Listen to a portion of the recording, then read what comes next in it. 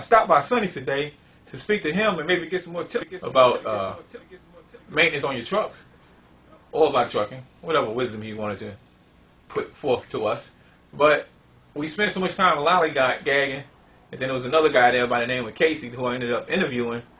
It took so much time for everything that he had to go and do some other work before we got a chance to interview.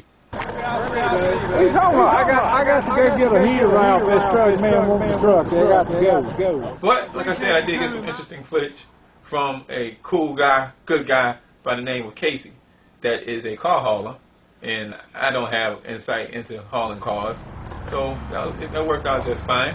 And here he is, Casey. So I ran across my man Casey right here. Casey, what's happening, man? It's good to meet you. All right. Gonna give these boys some insight on what to think about before they consider becoming an owner-operator, right? Mm-hmm. Let's have it. The main thing is keep patient and do your job. Do your job right. You're gonna run into some times where it's gonna upset you, and but you just gotta stick with it. Stick with it and do what you're supposed to do. It'll come out. You'll come out on top always. Do you still think being an owner-operator in today's economy is a good idea? Oh yeah. Oh yeah, it's money to be made out there. You just got to find it. Yeah.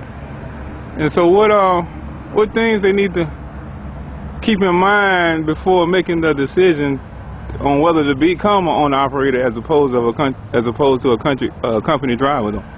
Well, I mean, it all depends. I think you should. I mean, I think if you've never been a driver, you should start out as a company driver to get the feel of it and see if you're gonna like it.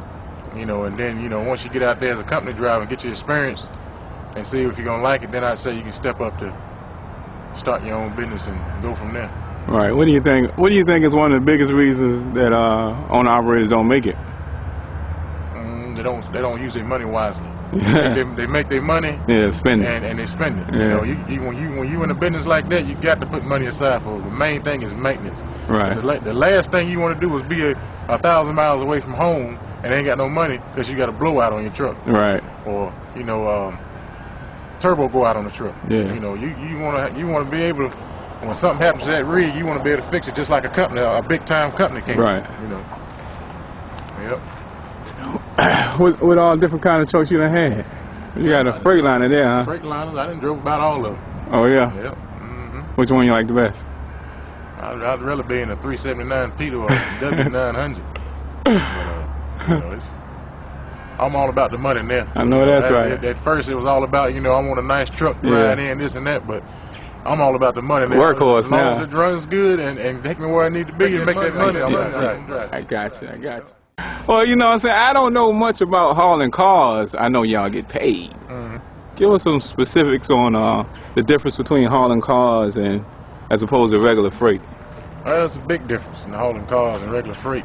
Hauling cars, you looking at hauling anywhere from a junk car to a $40,000-$50,000 car, and you never know what kind of condition the car is going to be in. So you always got to be careful. Hauling general freight, at 90% of the time you ain't loading, somebody else loading and putting. All you got to do is close the doors and haul. Right.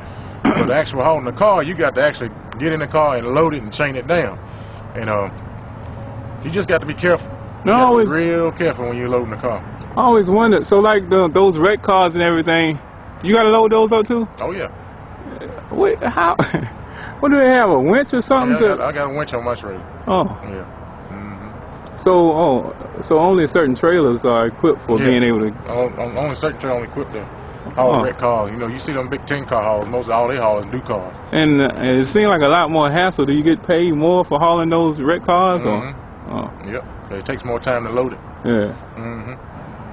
Do y'all have layover situations and everything just like regular freight, or is it pretty much different? Yep, you have the layovers. But the good thing about hauling cars, when you go into dealers, auto auctions, and manhams, most of them places, dealers, you can drop a car and put the key in the drop box. Oh. Auto auctions, they supposed to stay open 24 hours, so you can get the car whenever you want to get it there. And then we do door to door too. We go to people's houses and pick up cars. So, if you get there, say, 8 o'clock at night, people home, you still can drop the car off. So that's a good advantage about hauling cars. You ain't got certain hours. You got to be there from 8 o'clock in the morning to 3 o'clock in the afternoon, Right. It's very flexible.